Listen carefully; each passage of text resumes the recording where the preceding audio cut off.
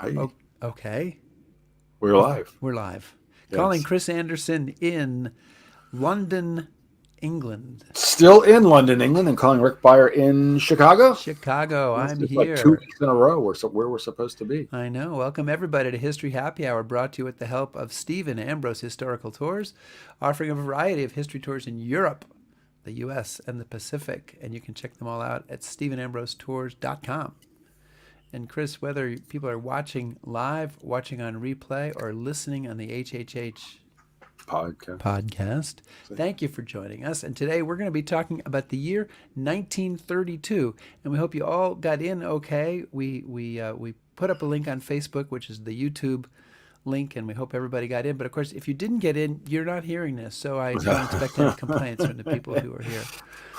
Chris, we should thank everybody who supports us on Patreon, and most especially our top shelf sponsors. Absolutely. Patrons, they're not sponsors. And you can join this group by clicking on www.patreon.com/historyhappyhour. And so, yeah, that would be awesome. And I wanted to let people know that, Chris, thanks to a recommendation from you, I am going to be speaking next week in January, at a World War II conference in Florida. Where in Florida, Rick? It's going to be in Central Florida. I think it's going to be in Zephyr Hills, Florida. That's what you which told is me, yes. just outside of Tampa.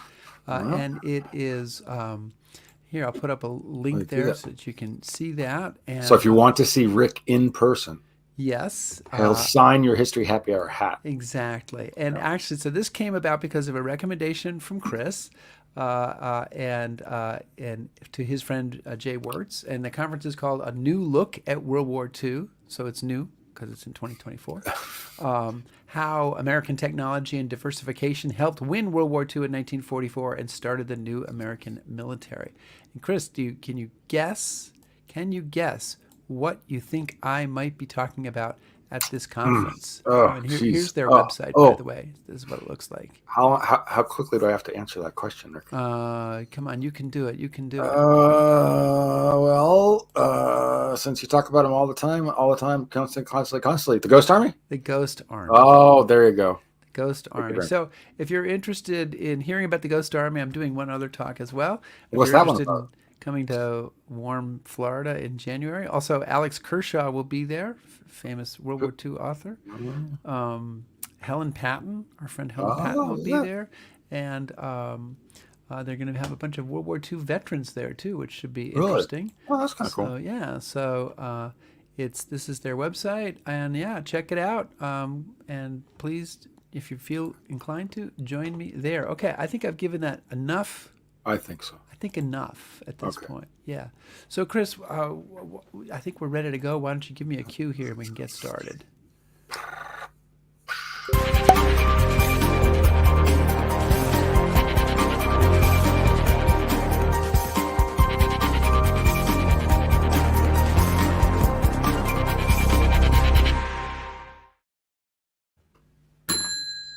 The bar and the banner. Bar is open and the banner is still there, so I'm going to have to take the banner down so that we can keep There going. we go. All right. Now the bar's open. 1932 is a pivotal year in American history, and it's best known as the election year in which the governor of New York, Franklin Delano Roosevelt, defeated the incumbent president of the United States, Herbert Hoover. And that launched the New Deal, 12 years of Roosevelt as president, and a massive change in the role of the U.S. government. But that election is really just one of many things going on in 1932 in a tumultuous year. And our guest today, Scott Martelle, has written a book trying to capture the whole story of that year. And it's called, Chris, you'll never guess the title. The Ghost Army. 1932. FDR, Hoover, and the Dawn of a New America. And Scott is a third-generation journalist who spent 7 years on the editorial board of the Los Angeles Times, and this is his 7th book, which just came out on Tuesday. And so we want to welcome to the show Scott Martelle. Scott, thank you so much for joining us. Hi, Chris. Thanks for having me on. Oh, wow, pleasure. And did you get the instructions about having a cocktail? All See? right. Oh, that's a good one. It's an IPA from a local brewery called Three Heads, which is conveniently located about 7/10 of a mile from my house. Did that determine where you purchased your house, or did you discover that later? That was lucky happenstance. It was actually one of 3 brew pubs within walking distance, and Wow. that when I bought the house. Damn. And we moved here in April after 26 years in Irvine, California, where you had to drive everywhere. So Yeah. this is like welcome. And you're in Rochester, Wow. New York, right? Yeah, Rochester, New York. Yeah. Yes. Okay. Yeah. Okay, that sounds great. So why you've moved from California to Rochester is a question almost as good as the one you asked me when I said I'm coming to Rochester in January, and you said why. So there you go. We all have our reasons. Scott, 1932. What led you to this topic? It's a big year, obviously, very famous presidential election. A lot of books have been written about it. So what drew you in and made you want to kind of tackle this topic and thought there was kind of room for another book about 1932? I've been interested in that era of American history for a long time, especially the radical elements of it. I've always found that kind of intriguing. And as you mentioned, there have been a slew of books written about the election and the Great Depression and all that. So what I was trying to do was find a way to delve into what life was like for most Americans at that time, without sort of downplaying the importance of the election itself. So I decided to use the election as a narrative backbone. Everybody knows how that story turns out, and use that to open up doors into all these other things that were going on in the country at the same time, including like the push for repeal of prohibition, which was hugely influential in that election. There was unrest in the streets. Communist groups were trying to organize some of these strikes and walkouts and stuff. So it was just fascinating to me. Yeah, so that was you kind of led into, or my first question, or part of it was, so what's the state of the nation on December 31st before this year begins? I mean, what are some of the big issues that America is dealing with and facing? I know a lot of them are man-made, but there's some natural issues, and are there some in particular you think that people have sort of forgotten about, or that were important then that aren't looked at? Yeah, I think we talked so much about how bad the depths of the Great Depression were that we sort of lose track of what the impact was on individual families and lives. And so at the turn of the year, at the beginning of that, the Depression hadn't quite bottomed out yet, but it was still pretty awful. There were virtually no safety net programs back then. It was mostly local support stuff, local cities, local organizations, and that was not even close to sufficient to handle the problems. There was political turmoil. The Republican Party itself was kind of in disarray. Hoover was their standard bearer, but most of the upper echelon of the party didn't really like him. Remember, the only office he ever ran for was president, and he won. And he didn't really he wasn't part of the in crowd, of the upper echelon of the party. And he didn't like retail politics. He didn't like the kind of coalition building you need to do, the horse trading you need to do. He is hugely confident in his own ability to understand problems and problem solve, and couldn't understand when people would get in his way politically. So you have that was sort of the tone of the national government, the federal government.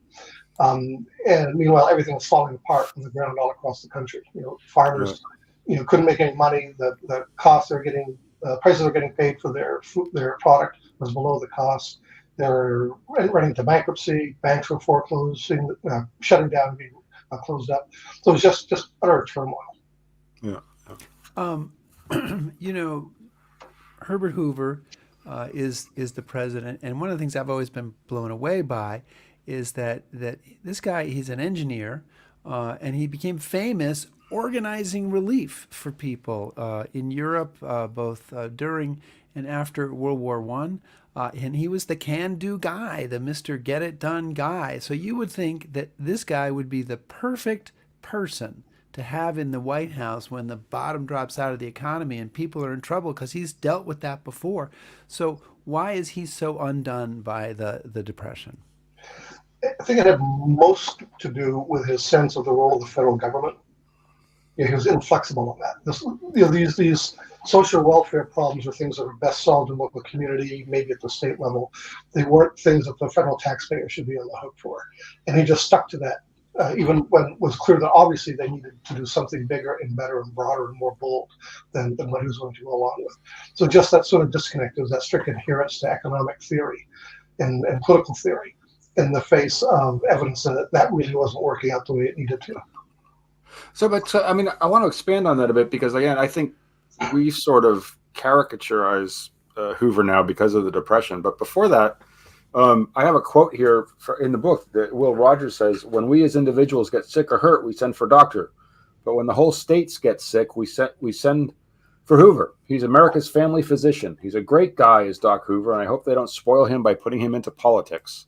Yeah. So there was a much different perception of him before this. So, I mean, again, for people who aren't aware, tell us a little bit more about where he stood in American public opinion and how he got there. He was a national hero. I mean, you mentioned he was a self-made man, self-made millionaire, orphaned, Quaker, orphaned in Iowa, went to Oregon, was raised by an uncle in Oregon. He was one of the first entries to Stanford University. Left there, going to mining, was in China for a while, made a boatload of money, wound up in London, and he was in London when World War I began. And he decided at that point it was time to do something self-rewarding. He wanted to get into public service. And he wound up setting up this organization for relief for Belgians. Belgium was controlled by the Germans. The British had blockaded it because they're afraid any food that would get into Belgium would just get pounded away to Germany. And he, just through sheer force of will and argument, created this organization, got pledges of money, pledges of food, argued with the Germans that they'd get them to promise that they wouldn't take the food. And based on that promise, the Brits said, okay, we'll let the ships get through to Belgium. And he saved hundreds of thousands, if not millions of Belgians from starvation. The U.S. gets into the war. He can't do that job anymore because now he's aligned with a combatant. He comes home, and President Wilson puts him in charge of the food supply in the U.S., kind of doing the same thing for the U.S. as he moved to war footing. And by all accounts, he was eminently successful at this. I mean, as Rick mentioned, he was the go-to guy for getting this kind of stuff done. Right. And he was very good at cultivating media attention. He was good at talking to reporters. Primarily because all he was really talking about were good deeds, things. Yeah. He didn't get a lot of criticism that year. He was notoriously thin-skinned, and that got worse as time went on. But at that time, he was a hero and sort of basking in the glow of the American media. And Will Rogers commented on that. It's like he's the guy to call when the country is sick.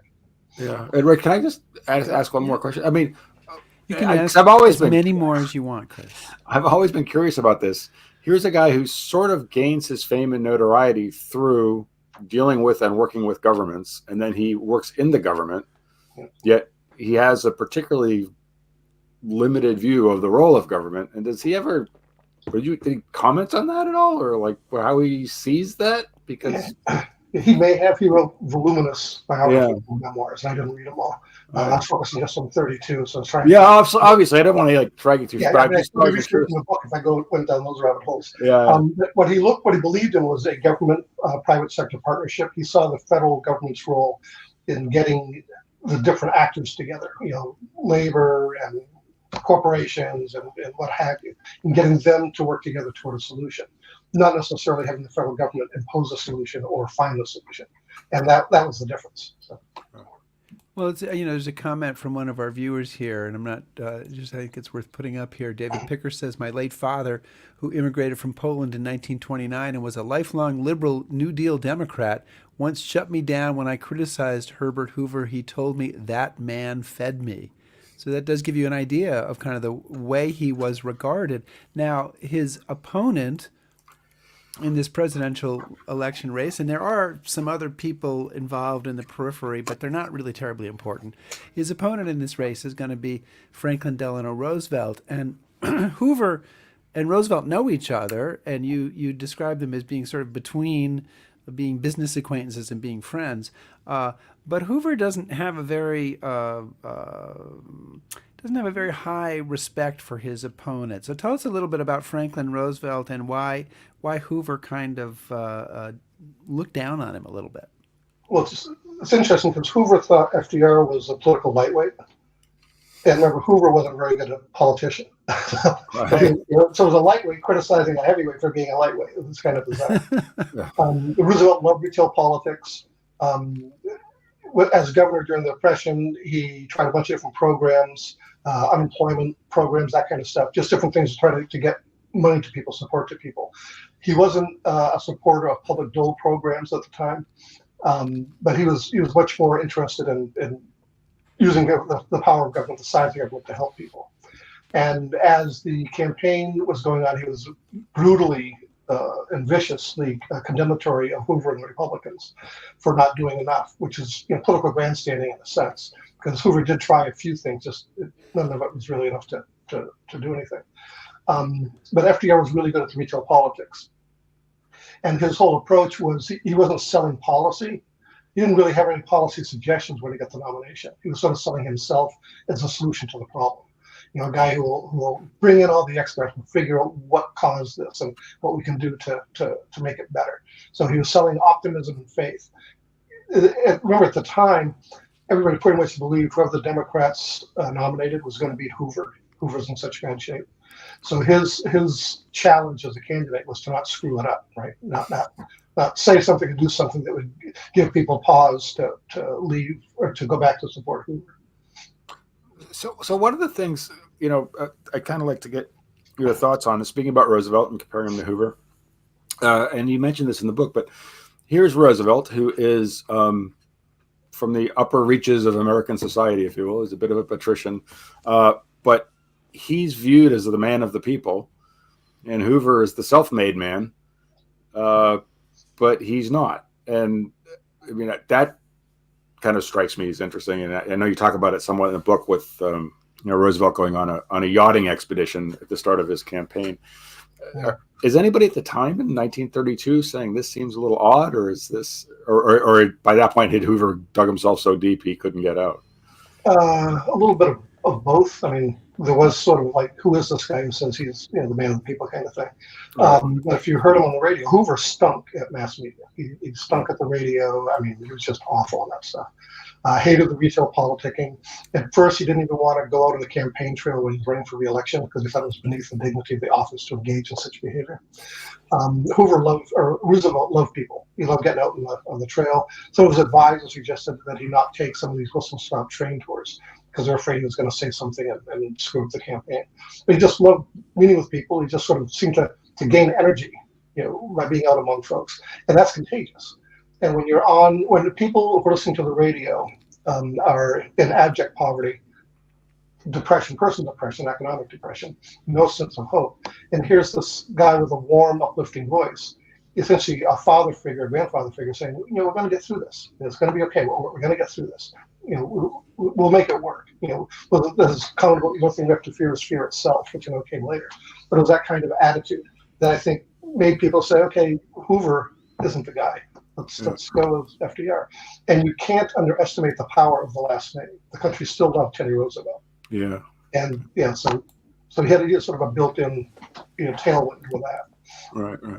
We promise we won't stay on the presidential election for the entire conversation, but we all know how it turned out. So and if you don't know, we won't say. Well, you're probably watching the wrong show then. Well, if you don't know, it's in the second to last chapter. So. Yeah. Right. You can buy the book, you can wait for it to come, or you can Google it. But anyway, we have another question from a viewer, Wally Morrison. Why was Hoover not liked by the Republican establishment? I mean, here he is. He's this can-do guy. Yes, he's bad at retail politicking, but he's got a lot of positive traits. Why isn't he more warmly embraced by the Republican establishment? And sort of a harbinger of current politics. He had served in a Democratic administration, and he had written a letter, I forget the timing to whom it was, but it was urging people to stick with the Democrats in Congress during the war to avoid changing horses in the middle of the stream. And when you're a party person, that's like treason, And so the top echelon never trusted him because of that. They weren't sure really where he stood. And I remember in 1920, I write about this in the book a little bit, most people didn't know whether he was a Democrat or Republican. And FDR, among other people, tried to get him to run for the presidency as a Democrat. And that's how amorphous he was. People didn't really know what he's good for. And then he declares he's a Republican, and suddenly he's the standard bearer of the party. So the whole structure just never warmed up to him. And like I mentioned before, he didn't do the horse trading kind of stuff. He just didn't like the politics of it. He wasn't a compromiser. Chris, if I can just jump in. No, please do. It's interesting that he's a person that people don't really even know if he's a Democrat or a Republican, and you contrast that with today, where I don't think there's a public figure that we would say, well, wait a minute, is he on, which side is he on? But all through the 30s, 40s, 50s, and even into the 60s, there were people who were businessmen, who were experts, who were kind of public policy folks who sort of seemed to survive in Republican administrations and Democratic administrations. There seemed to be much more crossover during those times that seems to have really stopped in the 70s and 80s, 90s and beyond. Don't you think? Yeah, my personal, well, now it's not, we know who's Democrat, who's Republican. The argument is, what kind of Democrat are you? What kind of Republican are you? So that two-way thing is now, 8, 10, 12. Now I forgot what your question was, sorry. Yeah, I hardly asked a question. I was He does that. Yeah, I was mostly just sort of saying it's just striking how different it was. Yeah, and that's primarily because the political elite back then was wealthy, whether they're Republican or Democrat. The guy who bankrolled the Democratic Party, John Jacob Raskob, was a top aide to DuPont and was one of the investors and leaders of General Motors. And he's a Democratic financier. So we had a little bit of that in the modern era of the Clinton administration, where it was just sort of the Wall Street money and the rich guys were the ones who were the power brokers in both parties. I think maybe that's why there was so much back and forth, because there really wasn't that much difference. Was it a Democrat banker or a Republican banker? So Scott, what are the, just to kind of get away a little bit from the election, I'm sure we'll get back to it, but what are some of the other things that are going on in that year that are kind of bubbling to the surface? Would be one thing, obviously, not the Depression, obviously, writ large is there, but are there other kind of topics or issues that come up that, are events or issues in their own right that we should know about? That the big one is another event that we sort of know about, but most people don't recognize how significant it was in the 32 election, and that's the move to repeal prohibition. Right. I write about this in the book. This is pre-public polling.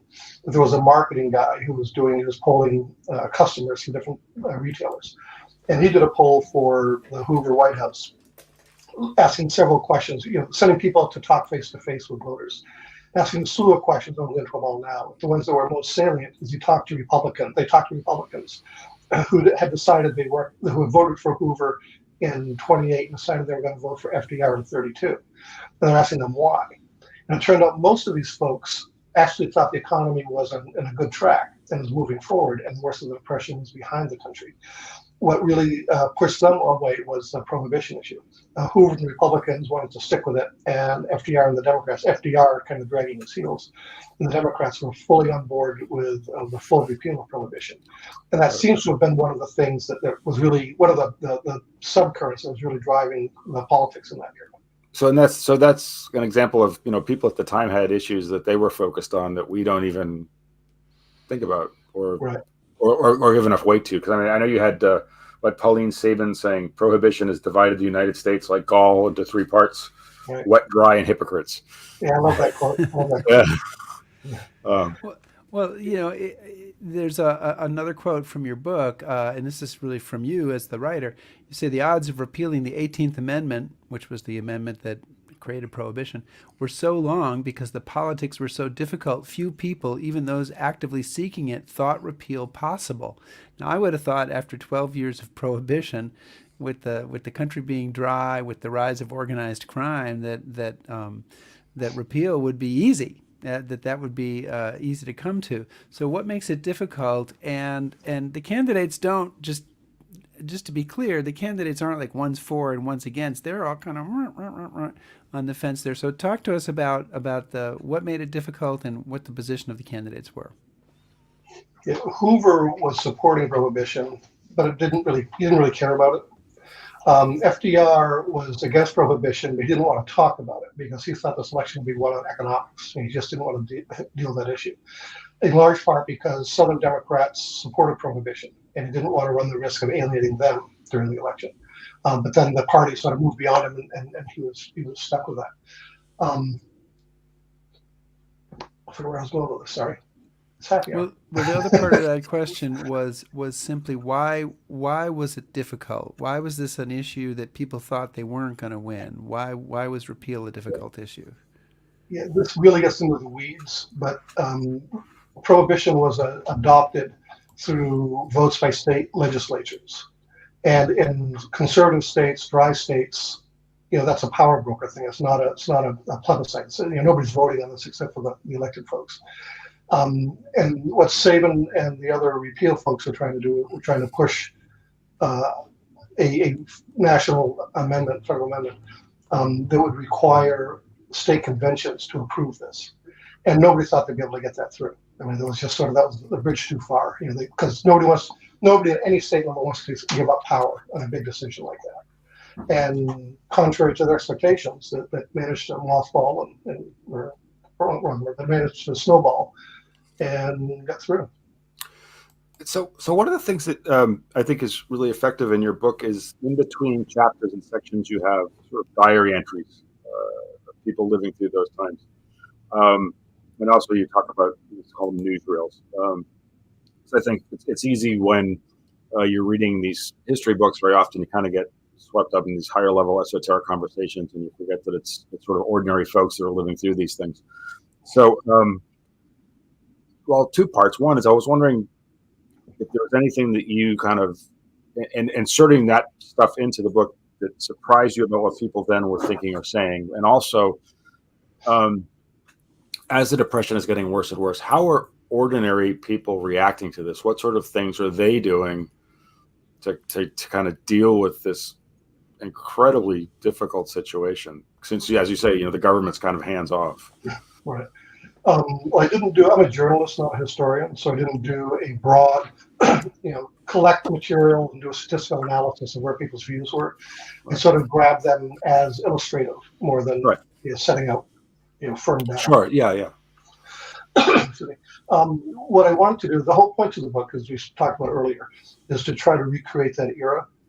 And I realized if I told too many of these stories, I'd take the reader down too many cul-de-sacs. Yep. I thought there were important things to weave in. So the newsreel gave me a chance to touch on other issues like the kidnapping of Lindbergh baby, which is important in that year, not important necessarily, not a high level importance to the stuff I'm writing about. Right. And the diary entries gave me a chance to have individual Americans in their own voice talk with their lives at the time. And interestingly to me, it was hard to find entries that were about politics. Yeah. You think about people's diaries are writing about, cousin Linda came this week and we went to grandma's for dinner and that kind of stuff. But so I found some that did interweave some political observations in it. And so I was able to sort of stack those together in a chronological order from different places around the country and from people of different walks of life. It was the governor's wife from South Carolina, I think it was, a black janitor in Fort Wayne, Indiana, who's also a landlord, a woman in California, sometimes in California, Arizona, rocky marriage. She's writing about that. They're also writing about what's happening in their communities. The guy in Fort Wayne was trying to get a loan to buy more property. No banks are giving loans. So he mentions that. A woman in Utah married to a doctor talks about all the family stuff I was mentioning. And Junior and somebody went to a movie today, and the doctor came home. She refers to her husband as the doctor. Says business is worse than it's ever been. He's not sure how he's going to be able to pay the bills. He's got a tax bill coming up. Not sure he's going to be able to pay that. So you see how the financial stress of the Depression is really inserting itself into the lives of these people as they're going on with their everyday lives. I thought that was an interesting way of sort of broadening the impact of this without having to do a chapter on the guy in the phone. Yeah, sure. Yeah, absolutely. Well, one of the things reading the diary entries and reading the newsreel items that I felt I came away with is one, there's a whole lot of stuff happened during that year, right? I mean, it just seems like a nonstop news ticker of events that that was in 1932, like you mentioned the Lindbergh baby kidnapping, and two, I mean, at least as I viewed what you put, and as you said, it's not a scientific, set of excerpts, but that people didn't really grasp that they were living through this pivotal year in American history. Yeah, when you're in the middle of a pivot, do you really know it's pivoting? Right. You know, Well, then, listen, then you're on a and bad without going dangerously near the sun here, I think we're in a year right now that might be a pivotal year, and I think a lot of people do know. They do have a right. sense of it. Well, they fear it is. Yeah. Yeah.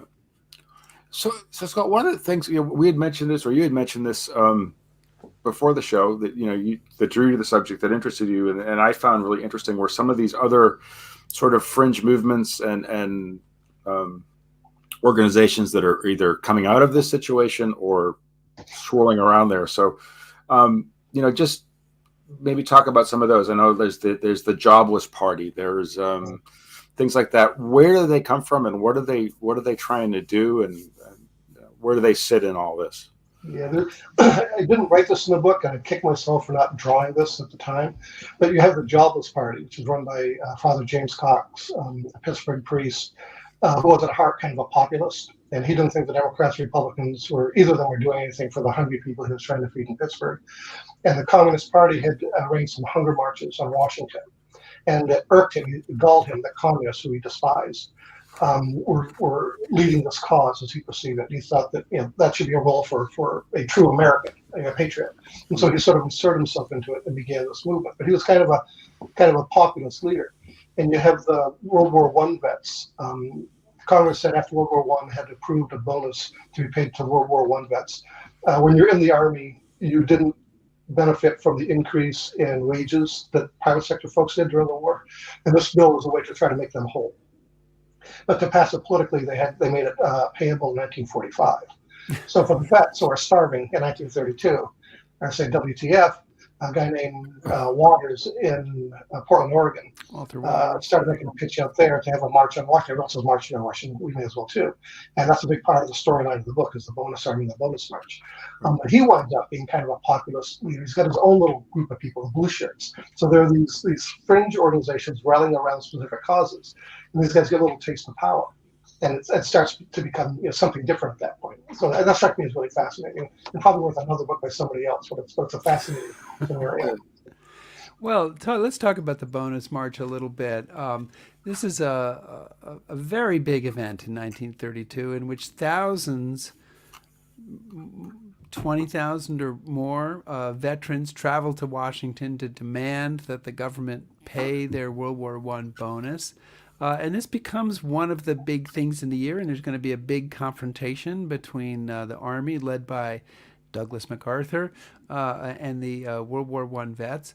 But it gets off to a pretty inauspicious start. I was fascinated reading your book about kind of the people who start this in Portland, Oregon. They have no idea what it's going to become. No. And they didn't even get news coverage until they were a third of the way across the country. So it's just another band of hobos hopping freighters, heading. Tell us a little bit about that. They began in Oregon. Walter Waters, was speaking at meetings of veterans in Oregon. And like I said, they decided they should have their own march in Washington and make their own demands. And I think there's a couple hundred of them wound up leaving Portland, and they're hopping freighters. And they're getting a little bit of help from vets who work for the railroads who look the other way while these guys hopped in freight cars and moved along. But then the rail companies realized what was happening, and they began sending rail police to confront them. And that's when this sort of gets into the media. Newspaper reporters begin picking up on what's going on. And as accounts show up in newspapers, other vets in other parts of the country began saying, well, we should go to Washington too. So there were groups leaving from Chicago, from Cleveland, New Orleans, from all over the country. These guys are getting together and hopping on the freight trains and moving toward Washington. And in fact, several thousand, I don't know what the number is, I don't think anybody ever counted, but several thousand veterans were already in D.C. before the Oregon contingent got there, because they started from a closer vantage point. So just fascinating. It's like this sort of this, Waters and these other guys had this idea, and suddenly, at any given time, you mentioned 20,000. At any given time, there were 20,000 vets in Washington. Much more than that would cycle in and out. Some would go for a few days or a few weeks and then go home. So just this massive outpouring by veterans. And what's the reaction to? Oh, sorry, Rick. Go ahead, Chris. So what's the reaction of the American people to these marchers? It seems to be, again, there's no polling back then. Yeah, General letters and stuff. It seems to be somewhat supportive. There was a legitimate debate over whether, because they're veterans, they deserve money that when other people are starving. I think that's kind of you see that argument today about people who need general assistance. Right? Well, why should we help them? My kid needs shoes. So you see, you have that kind of, sort of kicking down the people who really need something, need help. But when we got to Washington initially, so there's political Washington, Hoover and the rest of the power structure, who were uncertain, were cognizant of the blowback if they were to do anything to intervene. Hoover recognized that they had a First Amendment right to petition the government. I don't think they realized how big this thing was going to get. People in Washington were finding kind of curious. They'd come down and look at the guys in the shanties. Some would bring food, some would bring support. But there was a vote by the Senate that essentially squashed any chance of them getting paid the bonus at that point. And once that happened, Washington official and residential Washington turned on the vets. Okay, you made your point. You had your say.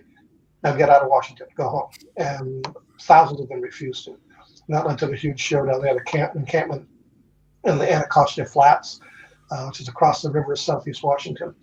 And that eluded, MacArthur was the head of the military in Washington. And Hoover decided it was time for the veterans who are camped out along Pennsylvania Avenue. Where the Federal Triangle is now was a bunch of federally owned buildings. And a lot of these guys had squatted in those buildings. Treasury Department supposedly needed to get moving on demolition so they could build the Federal Triangle. And that was the pretense for sending in the feds argued that the local police had lost control of the veterans, which wasn't the case apparently. But Hoover told the military to oust these guys from those buildings, which they did quite brutally and quite efficiently. And he didn't give them an order to cross the bridge into Anacostia, but MacArthur saw these guys as a communist organization, and he was intending to roust them all from the district. So in defiance of orders from Hoover, he crossed the bridge anyway, and they went through the Anacostia camp. And there was arsons on both sides. By the time they were done, pretty much everything was burned to the ground. Can you imagine Douglas MacArthur disobeying orders? From Never. President? No, I'm shocked. Shocked. Well, the fun part is one of his top assistants was Eisenhower. You got to hope he rolled his eyes at some point. And Eisenhower was desperately trying to hide, and Douglas MacArthur puts on his full dress uniform, and he's going to lead these troops. This is going to be he's chief of staff of the U.S. Army, and he's going to lead these guys out there, and it's a pretty crazy day. Look, there are numerous protest movements going on in 1932. The bonus marchers may be the biggest, but they're not the only one. You've got farmers in Iowa and elsewhere who are withholding their goods from market unless prices are raised. You've got people organizing, just to survive, just to find some way to get food. And one might expect that with so much suffering and people becoming radicalized by the conditions, that the very idea of capitalism would be under threat.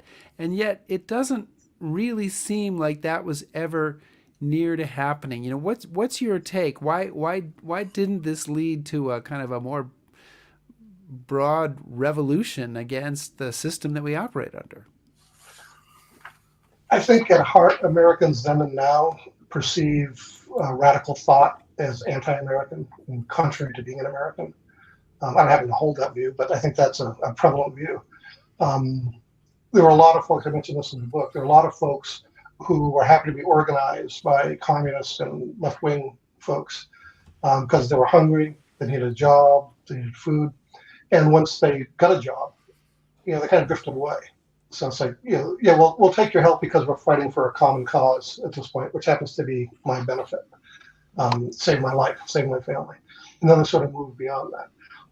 The communists never really, they tried awfully hard. Some of the members wrote about this and testified about it later. They tried really hard to essentially, jump to the front of the parade, but they never really they never really held open leadership roles in these things. Those who became leaders were denying they were communists. They were kind of undercover communists. And the truth, there weren't that many of them. You know, a couple of large handfuls, maybe among the bonus army, for instance. As soon as somebody in the camp started talking radical talks, they'd beat them up and throw them out. So there just wasn't a whole lot of room for these folks. Yeah. So we're going to bring in a question here. This is from Nancy, but it picks up on a similar question some other guests have asked. But Nancy wants to know: was there any public and/or political awareness of events taking place in Europe? Was there any impact one way or the other? Yeah, there was a lot of awareness. The stuff was in the papers every day. One of the diaries that I quote from, the woman was particularly interested in, to my benefit, in foreign policy.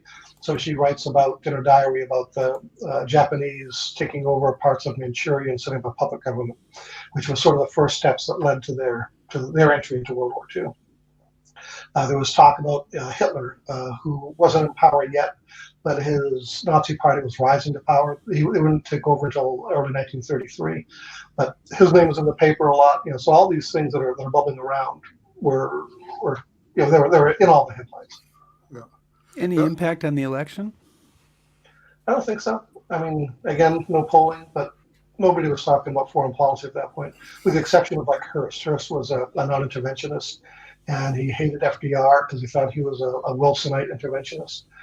He thought Hoover was a bit of an interventionist too. That's how Garner from Texas wound up being in the running for the Democratic nomination. But that's really as much as, again, it was a sideshow to the bigger show.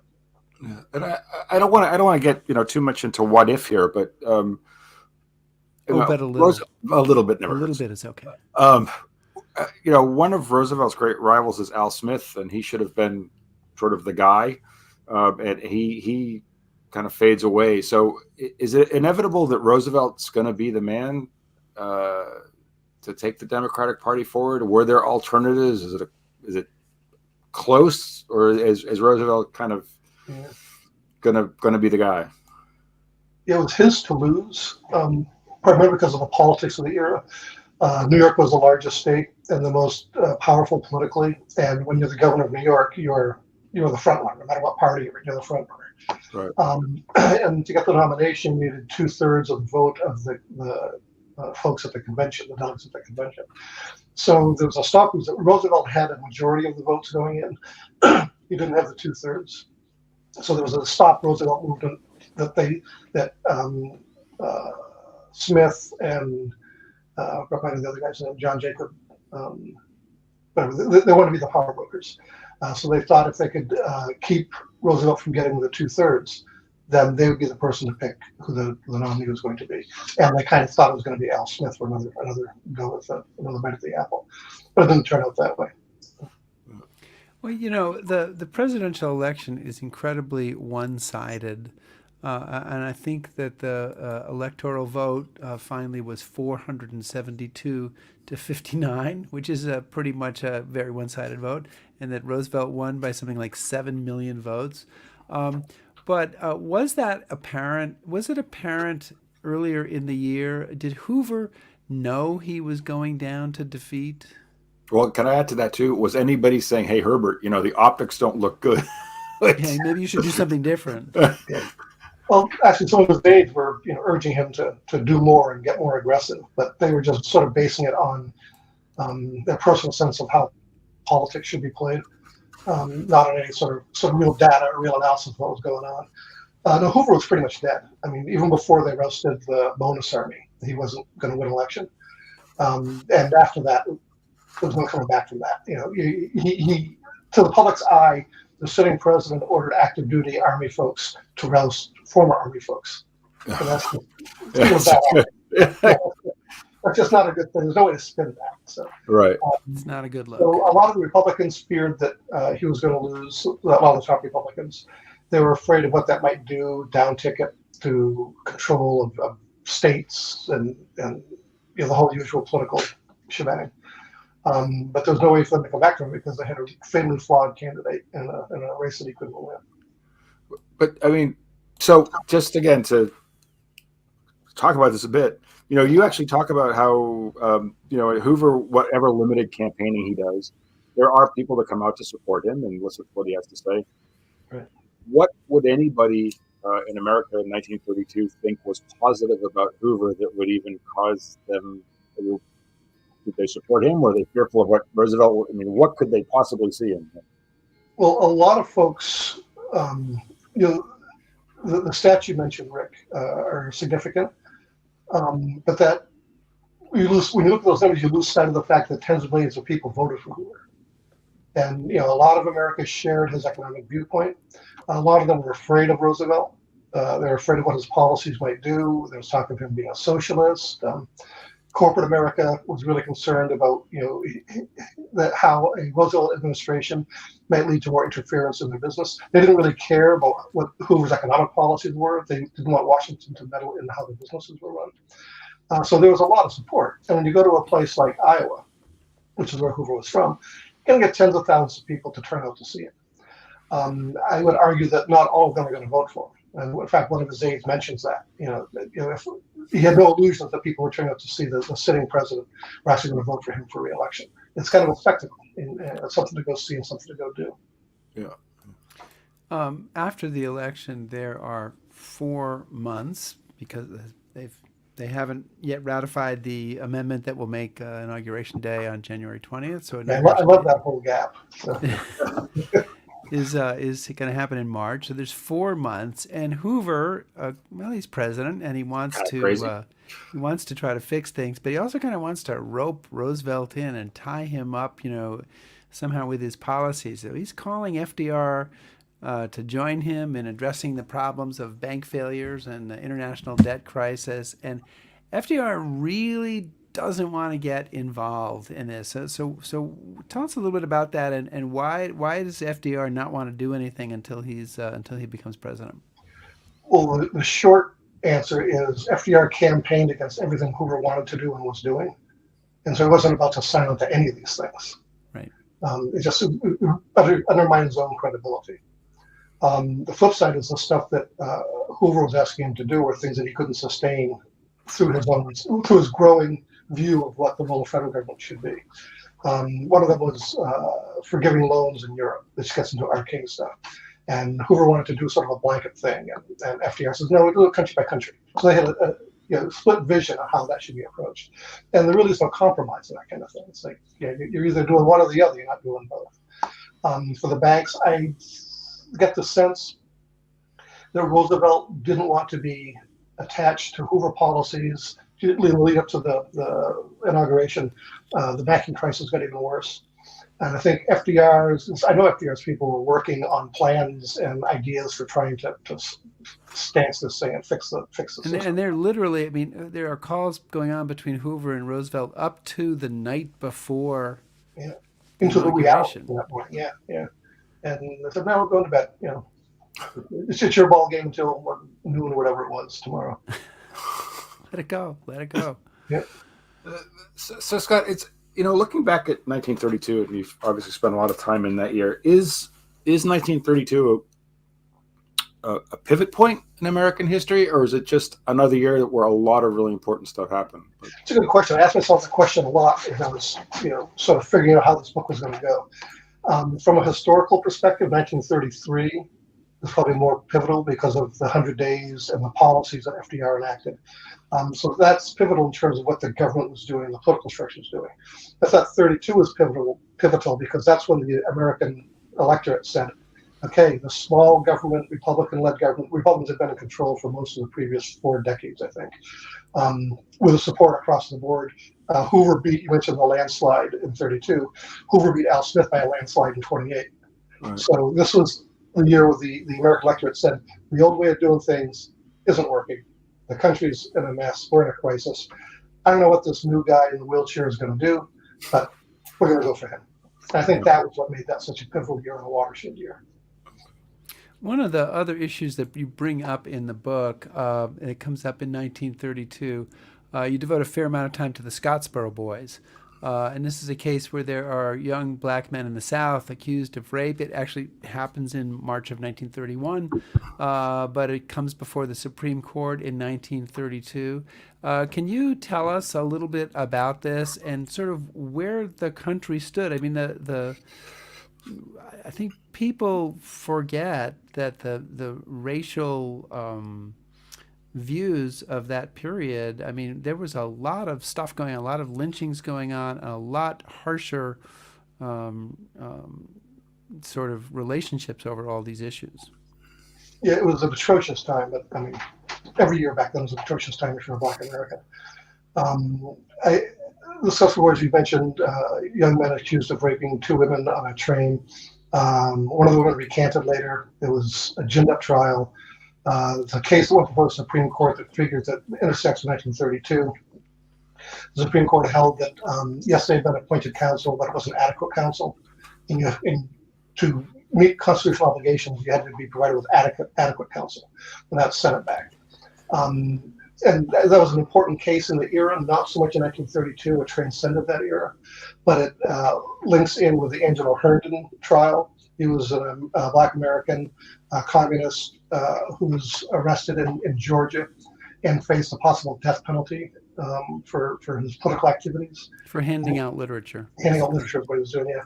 Actually, no, not even handing it out, he was possessing it. He had it in his mailbox. Yeah, in a mailbox in his apartment. He was the only one to say it actually handed this stuff out.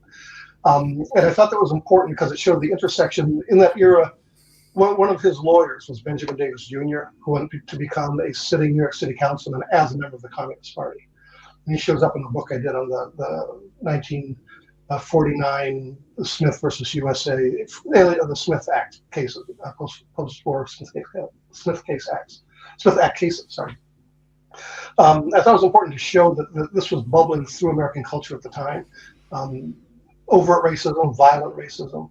I mentioned there's a lot of pressure on businesses and small governments, especially in the South, to fire Black employees, to hire white employees, because why are we helping Black folks when we've got white folks who are starving? And I think it's been a sort of a part of American history that gets overlooked in a lot of books because we tend to focus on, remember, I'm a journalist, not a historian. We tend to focus on the big picture histories, the big players were. And when a segment of American culture is marginalized politically, economically, socially, they're not going to show up in a lot of those narratives. So I want to find ways to weave this in. And those legal cases were one way to do it. And using the diary entries from the guy in Fort Wayne, Indiana, was a good way to get it, because it brings other voices into it. And I also mentioned prejudice against Mexican Americans. There was an active campaign by the Hoover administration to deport Mexicans to Mexico. Whether they were trains going to Mexico, right? Yeah. And they're also deporting American-born people of Mexican heritage. So it's just blatant racism, and they're just shipping them all out. And Diego Rivera, the celebrated Mexican artist, was among those who was sort of helping this effort from Detroit. He was doing this famous mural in Detroit at the time. And so I wanted to bring all these little cross threads in to sort of show, there's a power structure of America that was going through its thing.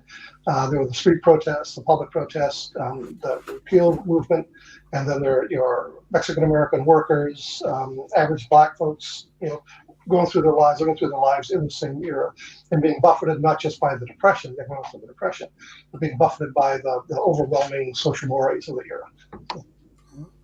So, Scott, one of the things I'm interested in, I know that you were focusing on America, but as an American who lives abroad, I'm always kind of interested in perceptions of home from someplace else.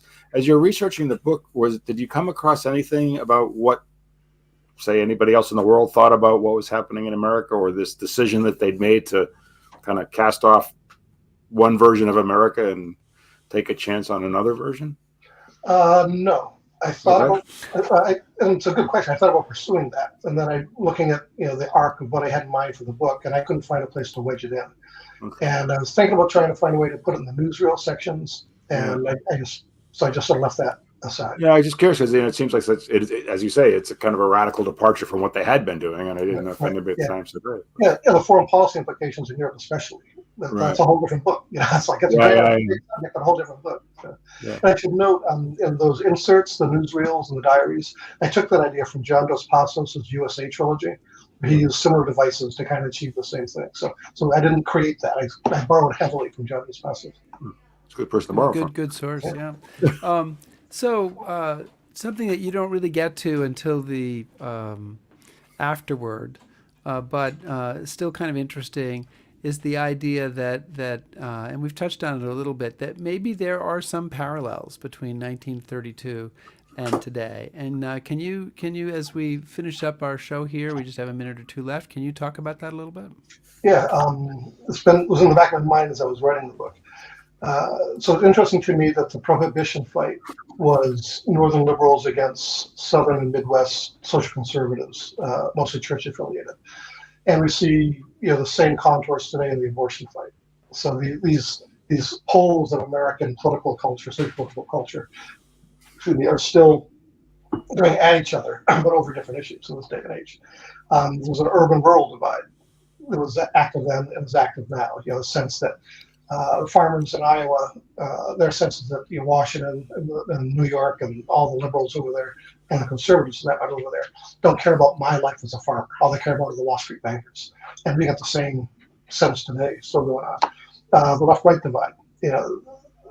You have conservatives who are complaining about woke culture, liberals, socialists. That word gets bandied around a lot these days.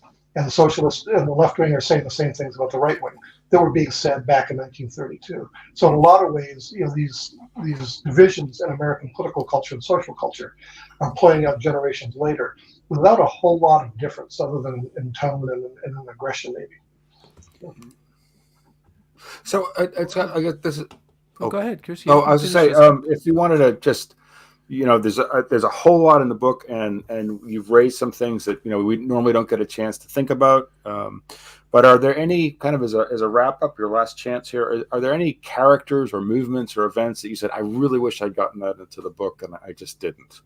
Somebody we should know about, or an event that you're making him criticize his own book at the end of the interview. I'm giving him a chance to add. What didn't you get in there? No, what's the footnote, right? Yeah. You want me to second guess myself. Exactly. He wants to create anxiety.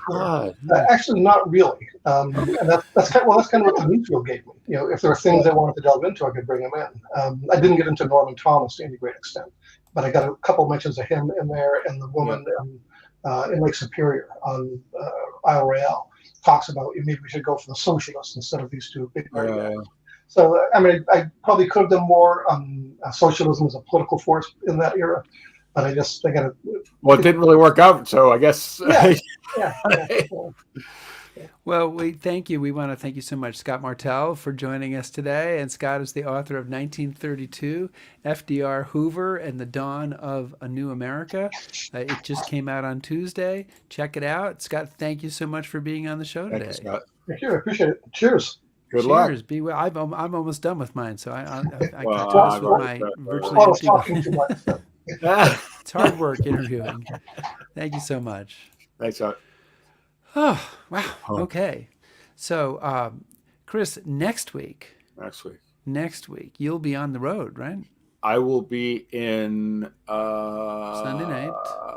Sunday night. It must be Spa. I'll be in Spa. You'll be in Spa. I hope there's good internet in the hotel in Spa. I will find out. So if not, folks, it's all going to be all Rick all the time in there case. But it should be okay. Next week, we are going to talk with Andrew Port, who is the author of Never Again, Germans and Genocide After the Holocaust. So in this lighthearted, just in time for the holidays. Yeah, the topic he has tackled is about how Germany's Nazi past shaped its responses to the genocides in Cambodia, Bosnia, and Rwanda, and further, how those kind of 20th century atrocities, late 20th century atrocities, recast Germans' understanding of their own horrific history. And I've started to look at this and looked at an interview he gave, and it's very, very interesting stuff. So I think it'll be a fascinating show. And if you leave it to just me, it's probably way above my pay grade. I don't think I can handle the whole thing by myself. But you're speaking at a World War II conference in Florida. I am. I'm speaking at a World War II conference in Florida. You mentioned that? I did. You can go back to the beginning of the show and get the website. That's January 25th through 28th. All right. So everybody. Thanks to Chris Anderson for recommending me because he didn't want to go. I mean, because he couldn't go. I'm just busy. So Anyway, All right. listen, thank you so much. Thanks, Please everybody. subscribe to us on YouTube, follow us on Facebook, shout at us on Twitter, listen to our podcast, back us on Patreon, and browse historyhappyhour.com. Thanks, everybody. Be safe.